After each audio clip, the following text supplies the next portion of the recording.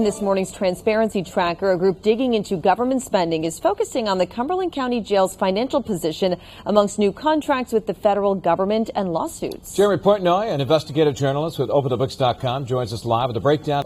What did you find? Good morning, Jeff and Katie. So back in August, the Cumberland County Jail, they signed a new contract with the federal government to start holding federal prisoners in the jail.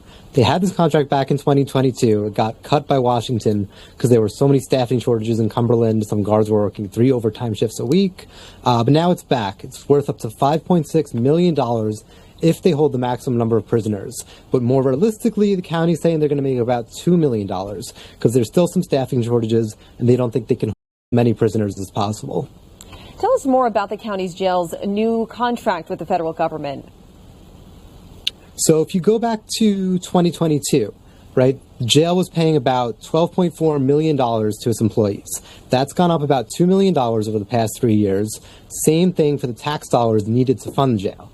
Now, if you remember, that's the same amount, $2 million, they're going to get from this new contract. So they're framing this as something that's going to reduce the tax burden, but in some ways, they're really just breaking even and paying for these new employees they've hired in the meantime. So obviously it's a little more complicated than that. It's good to have enough enough guards in your jail, regardless of how much it costs. But when we say we're going to pay less money for the jail now, we need to monitor that to make sure that's actually going to happen. How has the county's budget over the last 2 years dealt with the changing revenue for the jail?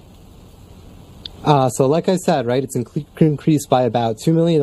So we're hoping they're going to not just break even and profit some from this contract. But some of the employees in the jail, right, they're making a good amount of money. The jail administrator, Tim Cortez, he's making $115,000 a year. He's got 9 lieutenants making about $100,000 to $105,000. And then you've got some others on the payroll, a chaplain, a records clerk that you might not expect that help add to that taxpayer bill. There have been some lawsuits filed against the jail recently. Can you tell us more about those and give us more details?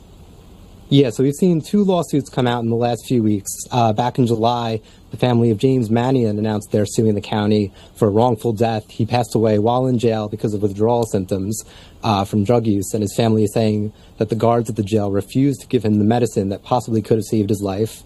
And then just this week, the Portland Press-Herald reported on Vilnell Thompson. He's a guard at the jail who was fired a few years ago for allegedly assaulting an inmate.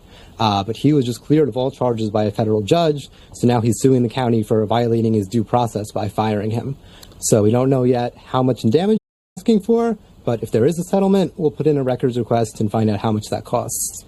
All right, Jeremy Portnoy with OpenTheBooks.com. Thank you so much. Thank you.